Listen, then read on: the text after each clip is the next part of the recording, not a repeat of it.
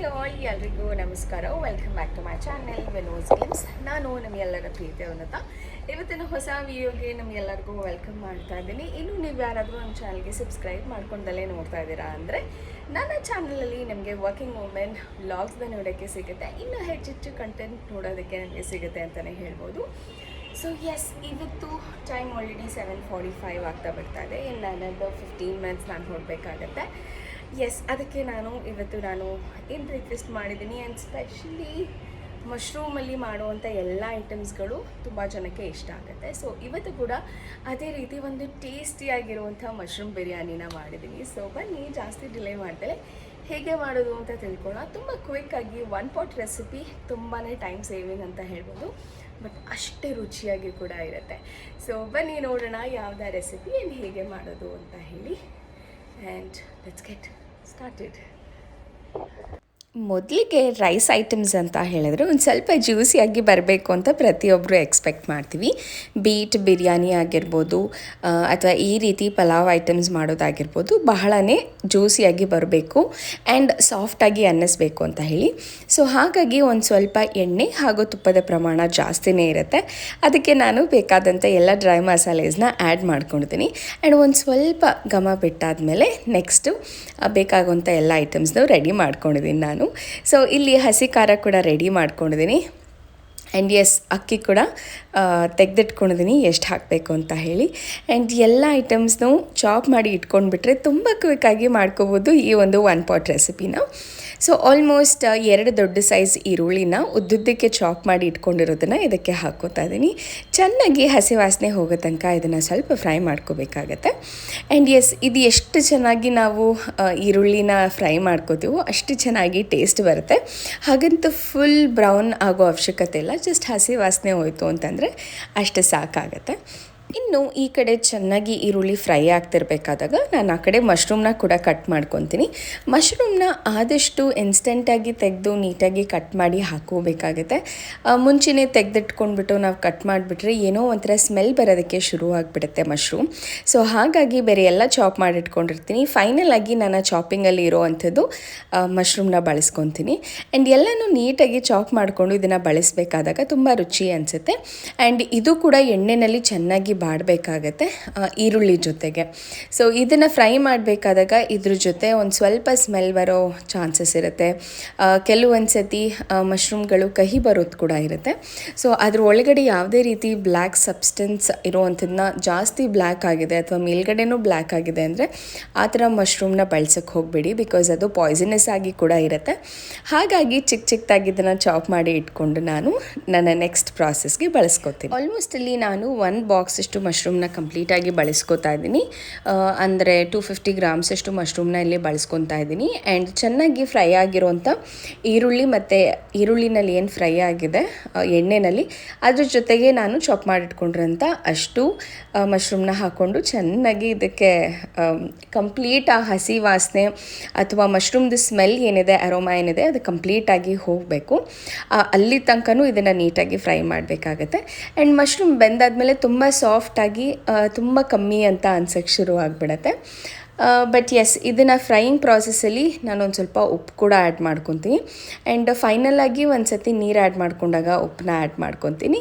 And ಈ ರೀತಿ ಎಣ್ಣೆನಲ್ಲಿ fry ಆಗಬೇಕಾದಾಗ ಒಂದು ಸ್ವಲ್ಪ ಅರಿಶಿಣದ ಪೌಡರ್ ಕೂಡ ಹಾಕಿ ಫ್ರೈ ಮಾಡ್ಕೊಳ್ಳೋದ್ರಿಂದ ತುಂಬ ಬೇಗ ಫ್ರೈ ಆಗುತ್ತೆ. ಆ್ಯಂಡ್ ಯಾವುದೇ ರೀತಿ ಹಸಿ ವಾಸನೆ ಅಥವಾ ಒಂಥರ ಸ್ಮೆಲ್ ಬರೋವಂಥದ್ದು ಇರೋದಿಲ್ಲ. ಸೊ ಹಾಗಾಗಿ ಎಣ್ಣೆನಲ್ಲೇ ನೀಟಾಗಿ ಇದನ್ನು ಫ್ರೈ ಮಾಡ್ಕೋಬೇಕಾಗತ್ತೆ. ಮಶ್ರೂಮ್ ಒಂದು ಸ್ವಲ್ಪ ಸಾಫ್ಟ್ ಆಗ್ತಾ ಇದೆ ಮತ್ತು ಒಂದು ಸ್ವಲ್ಪ ಎಣ್ಣೆ ಬಿಡೋಕ್ಕೆ ಶುರುವಾಗಿದೆ ಅಂತ ಅಂದಾಗ ಚಾಪ್ ಮಾಡಿಟ್ಕೊಂಡಿದ್ದಂಥ ಕ್ಯಾಪ್ಸಿಕಮ್ನ ಕೂಡ ಇಲ್ಲಿ ಬಳಸ್ಕೊತಾ ಇದ್ದೀನಿ. ಕ್ಯಾಪ್ಸಿಕಮ್ ಹಾಕೋಬೋದು, ಬಟಾಣಿ ಕೂಡ ಹಾಕೋಬೋದು, ಬಹಳನೇ ರುಚಿ ಬರುತ್ತೆ. ಸೊ ಬಟಾಣಿ ನೆನೆಸಿರಲಿಲ್ಲ ನಾನು ಹಿಂದಿನ ದಿವಸ, ಹಾಗಾಗಿ ಇಲ್ಲಿ ಬಳಸಿಲ್ಲ. ಬಟ್ ಇದನ್ನು ಬಟಾಣಿನ ಬಳಸೋದ್ರಿಂದ ಬಹಳ ರುಚಿ ಕೊಡುತ್ತೆ. ಆ್ಯಂಡ್ ತುಂಬ ಚೆನ್ನಾಗಿ ಅನಿಸುತ್ತೆ ಕೂಡ. ಮಶ್ರೂಮ್ ವಿತ್ ಬಟಾಣಿ ತುಂಬ ಚೆನ್ನಾಗಿ ಟೇಸ್ಟ್ ಕೂಡ ಬರುತ್ತೆ ಅಂತಲೇ ಹೇಳ್ಬೋದು. ಇನ್ನು ಇಲ್ಲಿ ಕ್ಯಾಪ್ಸಿಕಮ್ ಕೂಡ ಒಂದು ಸ್ವಲ್ಪ ಸಾಫ್ಟ್ ಆಗ್ತಾ ಇರುತ್ತೆ. ಆ್ಯಂಡ್ ಕ್ಯಾಪ್ಸಿಕಮ್ ಸಾಫ್ಟ್ ಆಗೋಕ್ಕೆ ತುಂಬ ಟೈಮ್ ಏನೂ ಹಿಡಿಯಲ್ಲ. ಆ್ಯಂಡ್ ಎನಿವೇಸ್ ನಾವು ರೈಸ್ನೆಲ್ಲ ಕುಕ್ ಮಾಡಬೇಕಾದಾಗ ಅಕಸ್ಮಾತ್ ಬೆಂದಿಲ್ಲ ಅಂದ್ರೂ ಬೆಂದ್ಕೊಂಡ್ಬಿಡುತ್ತೆ. ಆ್ಯಂಡ್ ಇದೆಲ್ಲ ಸ್ವಲ್ಪ ಎಣ್ಣೆ ಬಿಡೋ ತನಕನೂ ಚೆನ್ನಾಗಿ ಫ್ರೈ ಮಾಡ್ತೀನಿ. ಅದಾದಮೇಲೆ ನೆಕ್ಸ್ಟ್ ನಾನು ಇದಕ್ಕೆ ಟೊಮೆಟೊ ಕೂಡ ಆ್ಯಡ್ ಮಾಡ್ಕೋತೀನಿ. ಇದಾದಮೇಲೆ ತೆಗೆದಿಟ್ಕೊಂಡಿದ್ದಂಥ ಅಕ್ಕಿ ಏನಿತ್ತು ಅದನ್ನು ನಾನು ನೆನೆಸಿಡೋದಕ್ಕೆ ಹೋಗಲ್ಲ. ವಾಶ್ ಮಾಡಿ ಏನು ನೀರನ್ನ ಸ್ಟ್ರೈನ್ ಮಾಡಿರ್ತೀವಿ ಅದನ್ನು ಹಾಗೆ ಬಿಟ್ಬಿಡ್ತೀನಿ. ಅದು ಅಷ್ಟೇ ಸಾಕಾಗುತ್ತೆ. ತುಂಬ ನೀರಲ್ಲಿ ನೆನೆಸ್ಬಿಟ್ರೆ ಕೆಲವೊಂದು ಸತಿ ಅಕ್ಕಿ ಒಡೆದೋಗೋ ಚಾನ್ಸಸ್ ಇರುತ್ತೆ. ಆ್ಯಂಡ್ ಈ ಟೈಮಲ್ಲಿ ಇನ್ನೇನು ಟೊಮೆಟೊ ಬೇಯಬೇಕು ಅನ್ಬೇಕಾದಾಗ ಮಾತ್ರ ಅದನ್ನು ವಾಶ್ ಮಾಡಿ ಇಟ್ಕೊತೀನಿ. ತುಂಬ ಹೊತ್ತು ಅಕ್ಕಿ ನೆನೆದ್ಬಿಟ್ರೂ ಕೂಡ ತುಂಬ ಮುರಿದೋಗೋ ಚಾನ್ಸಸ್ ಇರುತ್ತೆ ಮತ್ತು ಅಷ್ಟು ರುಚಿ ಬರೋದಿಲ್ಲ. ಫುಲ್ಲಿ ನೆಂದಾಗ ಅಕ್ಕಿ ಹೆಂಗಾಗುತ್ತೋ ಆ ರೀತಿ ಬಂದುಬಿಡುತ್ತೆ. ಬಿಕಾಸ್ ಇಲ್ಲಿ ಪ್ರತಿಯೊಂದು ಐಟಮ್ಸ್ನೂ ಒಂದು ಸ್ವಲ್ಪ ಪೇಷನ್ಸ್ ಇಟ್ಕೊಂಡು ಮಾಡಬೇಕಾಗತ್ತೆ. ಎಲ್ಲದನ್ನೂ ಒಟ್ಟಿಗೆ ಹಾಕಿಬಿಟ್ರೆ ನಿಜವಾಗ್ಲೂ ರುಚಿ ಬರೋದಿಲ್ಲ. ಪ್ರತಿಯೊಂದಕ್ಕೂ ಅದರದ್ದೇ ಆದಂಥ ಕುಕ್ಕಿಂಗ್ ಟೈಮ್ ಅನ್ನೋದು ನಾವು ಕೊಡಬೇಕಾಗತ್ತೆ. ಸೊ ಇಲ್ಲಿ ಆಲ್ಮೋಸ್ಟ್ ಎಲ್ಲ ಫ್ರೈಗೆ ಬೇಕಾಗಿರೋ ಎಣ್ಣೆಯಲ್ಲಿ ಫ್ರೈ ಆಗುವಂಥ ಎಲ್ಲ ಐಟಮ್ಸ್ನೂ ಹಾಕಿದ್ದೀನಿ. ಆ್ಯಂಡ್ ಅದಕ್ಕೆ ಬಿಸಿನೀರನ್ನೇ ಬಳಸೋದು ಬಹಳನೇ ಇಂಪಾರ್ಟೆಂಟ್ ಆಗುತ್ತೆ. ಸೊ ಹಾಗಾಗಿ ನಾನು ಒಂದು ಸ್ವಲ್ಪ ಬಿಸಿನೀರು ಕೂಡ ಕಾಯಕ್ಕೆ ಇಟ್ಕೊಂಡಿದ್ದೀನಿ. ಆ್ಯಂಡ್ ಖಾರಕ್ಕಿಲ್ಲಿ ನಾನು ಚಿಲ್ಲಿ ಪೌಡರ್ ಖಾರದ ಪುಡಿನ ಹಾಕಿ ಆಲ್ಮೋಸ್ಟ್ ಒಂದು ರೀತಿ ನೋಡ್ಬೋದು ಪಲ್ಯ ಕನ್ಸಿಸ್ಟೆನ್ಸಿ ಬಂದಿದೆ. ಕಂಪ್ಲೀಟಾಗಿ ಒಂದು ಗೊಜ್ಜು ರೀತಿ ನಾವು ಮಶ್ರೂಮ್ ಗೊಜ್ಜು ಮಾಡಿದಾಗ ಹೇಗೆ ಬರುತ್ತೋ ಆ ರೀತಿ ಬರುತ್ತೆ. ಆ್ಯಂಡ್ ಈ ಒಂದು ಟೈಮಲ್ಲಿ ನಿಮಗೆ ಸ್ಟಾಪ್ ಮಾಡಿ ಬೇಕಾದ್ರೆ ನೀವು ಚಪಾತಿ ಜೊತೆ ಇದನ್ನು ಸಬ್ಜಿಯಾಗೋ ಅಥವಾ ಮಶ್ರೂಮ್ ಫ್ರೈ ಥರ ಕೂಡ ನೀವು ಇದನ್ನು ತಿನ್ಬೋದು. ಬಹಳನೇ ರುಚಿಯಾಗಿ ಇರುತ್ತೆ. ಕೆಲವೊಂದು ಸತಿ ಹಾಗೆ ಮಾಡಿಬಿಡ್ತೀನಿ, ಚಪಾತಿ ಮಾಡಿಕೊಂಡು ಮತ್ತೆ ಮಧ್ಯಾಹ್ನಕ್ಕೆ ಏನಾದರೂ ರೈಸ್ ಬೇಕು ಅಂತಂದಾಗ ಇದಕ್ಕೆ ಒಂದು ಸ್ವಲ್ಪ ನಾನು ಅಕ್ಕಿನ ಆ್ಯಡ್ ಮಾಡಿದರೆ ಪಲಾವ್ ಆಗಿರುತ್ತೆ. ಆ್ಯಂಡ್ ಅದರ ಚಪಾತಿ ಜೊತೆಗೆ ಈ ಗೊಜ್ಜು ಕೂಡ ಇರುತ್ತೆ. ಆ್ಯಂಡ್ ಅದಕ್ಕೆ ನಾನು ಈಗ ಆ್ಯಡ್ ಮಾಡ್ಕೊಂಡಿದ್ದಂತಂತೂ ಹಸಿ ಖಾರ ಮಸಾಲೆ ಅಂತ ಹೇಳಿದ್ರೆ ಶುಂಠಿ, ಬೆಳ್ಳುಳ್ಳಿ, ಕೊತ್ತಂಬರಿ ಹಾಗೂ ಏನು ಯೂಸ್ ಮಾಡಿದ್ದೀನಿ, ಶುಂಠಿ, ಬೆಳ್ಳುಳ್ಳಿ, ಕೊತ್ತಂಬರಿ ಆ್ಯಂಡ್ ಹಸಿಮೆಣಸಿನ್ಕಾಯಿ. ಸ್ವಲ್ಪ ಖಾರಕ್ಕೆ ಅದನ್ನು ಕೂಡ ಬಳಸ್ಕೊಂಡಿದ್ದೀನಿ. ಆ್ಯಂಡ್ ಇನ್ನೊಂದು ಖಾರದ ಪುಡಿ ಕೂಡ ಹಾಕ್ಕೊಂಡಿದ್ದೀನಿ. ಸೊ ಹಾಗಾಗಿ ಬಹಳನೇ ರುಚಿ ಬರುತ್ತೆ. ಆ್ಯಂಡ್ ಇದೆಲ್ಲ ಹಾಕಾದ್ಮೇಲೆ ಕಂಪ್ಲೀಟ್ ಈ ಥರ ಎಣ್ಣೆ ಬಿಡಬೇಕು. ಆವಾಗಲೇ ಅದು ಕಂಪ್ಲೀಟ್ ರುಚಿ ಬಂದಿದೆ ಅಂತ ಹೇಳ್ಬೋದು. ಆ್ಯಂಡ್ ಅರೋಮಾ ಕೂಡ ಬರೋದಕ್ಕೆ ಸ್ಟಾರ್ಟ್ ಆಗಿರುತ್ತೆ. ಸೂಪರ್ಬ್ ಆಗಿ ಇರುತ್ತೆ. ಆ್ಯಂಡ್ ಇವಾಗ ಕೂಡ ಕೆಲವರು ತೆಗೆದಿಟ್ಕೋಬೋದು ಪಲ್ಯನ ಅಥವಾ ಗ್ರೇವಿ ಥರ ನಿಮಗೆ ಅನಿಸ್ಬೇಕು ಅಂತಂದರೆ. ಬಟ್ ನನಗದು ತುಂಬ ಮಸಾಲೆ ಥರ ಅನಿಸುತ್ತೆ. ಜಸ್ಟ್ ಪ್ರೀವಿಯಸ್ ಸ್ಟೆಪ್ಪಲ್ಲಿ ತೆಗೆದಿಟ್ಕೊಂಡ್ರೆ ಬಹಳನೇ ರುಚಿ ಅನಿಸುತ್ತೆ. ಚಪಾತಿಗೆ ಸುಕ್ಕ ಚಪಾತಿ ಜೊತೆಗೆ ಟ್ರೈ ಇದ್ರ ಥರ ಅನಿಸುತ್ತೆ. ಸೊ ಆಲ್ಮೋಸ್ಟ್ ಒಂದು ಗೊಜ್ಜು ಕನ್ಸಿಸ್ಟೆನ್ಸಿ ಬಂದಿದೆ ಈಗ ಅಂತ ನೋಡ್ಬೋದು. ಅದಾದಮೇಲೆ ವಾಶ್ ಮಾಡಿ ಇಟ್ಕೊಂಡಿದ್ದಂಥ ಅಕ್ಕಿನ ಬಳಸ್ಕೊತಾ ಇದ್ದೀನಿ. So I think most of you ಗೊತ್ತಿರುತ್ತೆ, ಯಾವಾಗಲೂ ನಾವು ಈ ರೀತಿ ಒನ್ ಪಾಟ್ ರೆಸಿಪೀಸ್ ಮಾಡಬೇಕಾದಾಗ ಆದಷ್ಟು 1:2 ಹಾಕಲ್ಲ.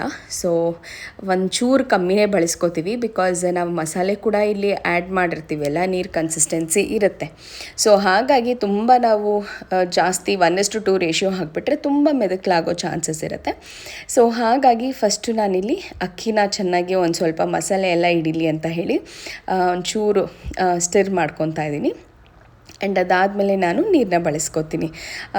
ಈ ರೀತಿ ಫಸ್ಟೇ ಹಾಕ್ಬಿಟ್ರೆ ನೀರು ಅಕ್ಕಿ ಎಲ್ಲ ಹಾಗಂಗೆ ಅನಿಸುತ್ತೆ ಮತ್ತು ಜ್ಯೂಸಿ ಕನ್ಸಿಸ್ಟೆನ್ಸಿ ಬರೋದಕ್ಕೆ ಹೆಲ್ಪ್ ಮಾಡೋದಿಲ್ಲ. ಸೊ ಚೆನ್ನಾಗಿ ಒಂದು 30 ಸೆಕೆಂಡ್ಸ್ ಒಂದು ಸ್ವಲ್ಪ ಚೆನ್ನಾಗಿ ಎಣ್ಣೆನಲ್ಲೇ ಫ್ರೈ ಮಾಡಿಕೊಂಡು ಅದಾದಮೇಲೆ ನಾನಿಲ್ಲಿ ಬಿಸಿನೀರನ್ನ ಆ್ಯಡ್ ಮಾಡ್ಕೊತಾ ಇದ್ದೀನಿ. ಆಗಲೇ ಹೇಳ್ದಂಗೆ ಬಿಸಿನೀರು ಬಹಳನೇ ಹಾಕೋವಂಥದ್ದು ನಮ್ಮ ಕುಕ್ಕಿಂಗ್ ಟೈಮ್ ಆಗಿರ್ಬೋದು ಮತ್ತು ಟೇಸ್ಟ್ ಕೂಡ ತುಂಬ ಚೆನ್ನಾಗಿ ಎನ್ಹ್ಯಾನ್ಸ್ ಮಾಡೋದಕ್ಕೆ ಹೆಲ್ಪ್ ಮಾಡುತ್ತೆ. ಯಾವುದೇ ಒಂದು ರೆಸಿಪಿ ಆಗಿರಲಿ, ಬೀಟ್ ಒನ್ ಪಾಟ್ ರೆಸಿಪಿ ಅಥವಾ ಉಪ್ಪಿಟ್ಟಾಗಿರ್ಬೋದು, ಅದಕ್ಕೂ ಕೂಡ ನಾನು ಆದಷ್ಟು ಬಿಸಿನೀರೇ ಬಳಸ್ಕೊತೀನಿ. ಬಿಕಾಸ್ ತುಂಬ ಬೇಗನೆ ಆಗೋಗುತ್ತೆ ಆ್ಯಂಡ್ ಕ್ವಿಕ್ಕಾಗಿ ಕೂಡ ಆಗುತ್ತೆ ಅಂತ ಹೇಳಿ.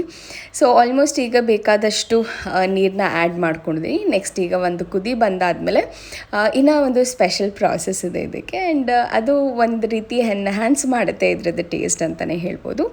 ಸೊ ಏನಪ್ಪ ಅದು ಅಂತಂದರೆ, ತುಂಬ ಜನ ವೆಜ್ ಬಿರಿಯಾನಿ ಏನು ಹೇಳ್ತೀವಿ ಅಥವಾ ಬ್ರೆಡ್ ಪಲಾವ್ ಅಂತ ನಾವೇನು ಕರಿತೀವಿ, ಅದಕ್ಕೆ ಈ ರೀತಿ ಬ್ರೆಡ್ನ ಟೋಸ್ಟ್ ಮಾಡಿಕೊಂಡು ಅದಕ್ಕೆ ಆ್ಯಡ್ ಮಾಡ್ಕೊತಾರೆ. ಇದಕ್ಕೂ ಕೂಡ ಆ್ಯಡ್ ಮಾಡಿಕೊಂಡು ಇದಕ್ಕೂ ಕೂಡ ಈ ರೀತಿ ಟೋಸ್ಟ್ ಮಾಡಿಕೊಂಡು ಪಲಾವ್ಗೆ ನಾವು ಹಾಕೋದ್ರಿಂದ ಬಹಳನೇ ರುಚಿ ಬರುತ್ತೆ. ಮತ್ತು ಆ ಬ್ರೆಡ್ ಯಾವಾಗ ಸಿಗುತ್ತಲ್ಲ ಒಂದು ರೀತಿ ಸ್ವೀಟ್ನೆಸ್ ಕೊಡ್ತಾ ಇರುತ್ತೆ ಬಾಯಿಗೆ. ಆ್ಯಂಡ್ ತುಂಬಾ ರುಚಿ ಅನಿಸುತ್ತೆ ಈ ರೀತಿ ಬ್ರೆಡ್ನ ಹಾಕೋದ್ರಿಂದ. ಆ್ಯಂಡ್ ಇದನ್ನು ಒಂದು 2-3 ಸ್ಲೈಸ್ ಹಾಕಿದ್ರೆ ಸಾಕಾಗುತ್ತೆ. ಸೊ ಈಗ ನೋಡ್ಬೋದು ಆಲ್ಮೋಸ್ಟ್ ಒಂದು ಕುದಿಯಷ್ಟು ಬರೋಕ್ಕೆ ಶುರುವಾಗಿದೆ. ಒಂದು ಸ್ವಲ್ಪ ಸ್ಟಿರ್ ಮಾಡಿಬಿಟ್ಟು ಕೆಲವರು ಈ ಟೈಮಲ್ಲಿ ಕುಕ್ಕರ್ ಲಿಡ್ನ ಕ್ಲೋಸ್ ಮಾಡಿಬಿಟ್ಟು ವಿಷಲ್ನ ಬರೆಸ್ತಾರೆ. ಬಟ್ ಆದಷ್ಟು ಹೀಗೆ ಓಪನ್ನಾಗಿ ಇಟ್ಟು ಟೈಮ್ ಇತ್ತು ಅಂತಂದರೆ ಈ ರೀತಿ ಓಪನ್ ಆಗಿ ಇಟ್ಟು ಮಾಡ್ಬೋದು.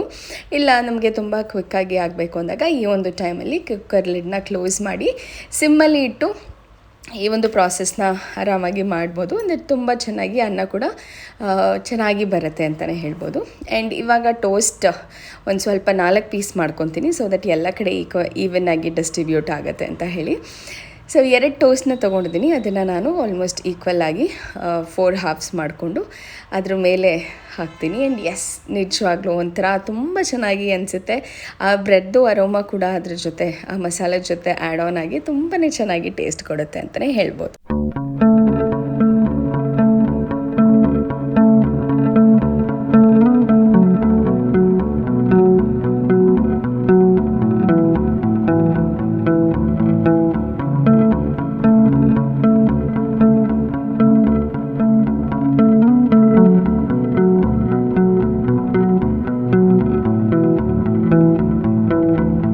ಎಸ್, ಇವಾಗ ನೋಡ್ಬೋದು ಆಲ್ಮೋಸ್ಟ್ 80% ಅಷ್ಟು ಕುಕ್ ಆಗಿದೆ, ಇನ್ನೊಂದು 20% ಇದೆ. ಸೊ ಇವಾಗ ಒಂದು ಸ್ವಲ್ಪ ದಪ್ಪ ತಳ ಇರೋವಂಥ ತಟ್ಟೆನೋ ಅಥವಾ ಈ ರೀತಿಯ ಅಂಚನೋ ಮುಚ್ಚಿಟ್ಬಿಟ್ರೆ ತುಂಬ ಬೇಗನೆ ಅಳ್ಕೊಂಡು ಬಿಡುತ್ತೆ. ಆ್ಯಂಡ್ ಅದು ಅಳ್ಕೊಳ್ಳೋ ಅಷ್ಟೊತ್ತಿಗೆ ನಾನು ಕೂಡ ಆಫೀಸಿಗೆ ಕಂಪ್ಲೀಟಾಗಿ ರೆಡಿ ಆಗಿದ್ದೀನಿ. ಆ್ಯಂಡ್ ಎಸ್, ಇವತ್ತು ಕೂಡ ಒಂದು ರೀತಿ ತುಂಬಾ ಚೆನ್ನಾಗಿತ್ತು ಡೇ. ಆ್ಯಂಡ್ ಒಂದು ರಿಸಲ್ಟಿಗೆ ಎಕ್ಸ್ಪೆಕ್ಟ್ ಮಾಡ್ತಾಯಿದ್ದೆ, ಆ್ಯಂಡ್ ಆ ರಿಸಲ್ಟ್ ಕೂಡ ಪಾಸ್ ಆಗಿದೆ. So I am so happy about it ಅಂತ ಅನ್ಕೋತೀನಿ. ಆ್ಯಂಡ್ ಎಸ್, ಅದು ಒಂದು ಘಟ್ಟ ಆಯಿತು ಅಂತಂದರೆ ಇನ್ನೂ ಒಂದು ಘಟ್ಟ ಅಲ್ಲಿಂದ ಶುರುವಾಗುತ್ತೆ, ಇನ್ನೂ ಒಂದಷ್ಟು ಅಲ್ಲಿಂದ ಶುರುವಾಗ್ತಾ ಹೋಗುತ್ತೆ ಇನ್ನೂ ಒಂದು ಜರ್ನಿ ಅಂತಲೇ ಹೇಳ್ಬೋದು. ಐ ಥಿಂಕ್ ಆ ಜರ್ನಿ ನನಗೆ ತುಂಬ ಇಷ್ಟ ಆಗುತ್ತೆ ಆ್ಯಂಡ್ ಸಕ್ಸಸ್ಫುಲ್ಲಾಗಿ ಇರ್ತೀನಿ ಅಂತ ಅನ್ಕೋತೀನಿ. ಸೊ ಎಸ್, ಇದಾಗಿತ್ತು ಇವತ್ತಿನ ವ್ಲಾಗ್. ಐ ಹೋಪ್ ಈ ಒಂದು ವ್ಲಾಗ್ ನಿಮ್ಗೆಲ್ಲರಿಗೂ ಇಷ್ಟ ಆಗಿದೆ ಅಂತ. ಪ್ರತಿಯೊಬ್ಬ ಹೆಣ್ಮಕ್ಳು I think that sportive enough to do anything in their life. So ಪ್ರತಿಯೊಬ್ಬರು ಅವ್ರದ್ದೇ ಆದಂಥ ಐಡೆಂಟಿಟಿ ಅನ್ನೋದು ಬೆಳೆಸ್ಕೋಬೇಕು. ಒಂದು ಸತಿ ಹೊರಗಡೆ ಹೋದಾಗ ಓಕೆ ಐಡೆಂಟಿಫೈ ಮಾಡಿದಾಗ ಸಿಕ್ಕಾಬಟ್ಟೆ ಖುಷಿ ಅನಿಸುತ್ತೆ. ಸೊ ಐಡೆಂಟಿಫಿಕೇಷನ್ ಆ್ಯಂಡ್ ನಮ್ಮ ಫ್ಯಾಮ್ಲಿ ಬಗ್ಗೆನ ಟೇಕ್ ಕೇರ್ ಮಾಡುವಂಥದ್ದು, I think that is a complete women feel ಬರುತ್ತೆ. The feel of women, the power of women. So ಎಲ್ಲನೂ ಹ್ಯಾಂಡಲ್ ಮಾಡ್ಕೊಂಡು ಹೋಗುವಂಥ ಪವರ್ ಇರುವಂಥದ್ದು I think it's only for women. So keep going ಅಂತ ಹೇಳ್ತಾ ಮತ್ತೆ ಸಿಗ್ತೀನಿ ಇನ್ನೊಂದು ವ್ಲಾಗಲ್ಲಿ. ಅಲ್ಲಿವರೆಗೂ ನಮಸ್ಕಾರ, take care, love you all and bye. See you all in my next vlog and keep missing me till then. Take care and bye.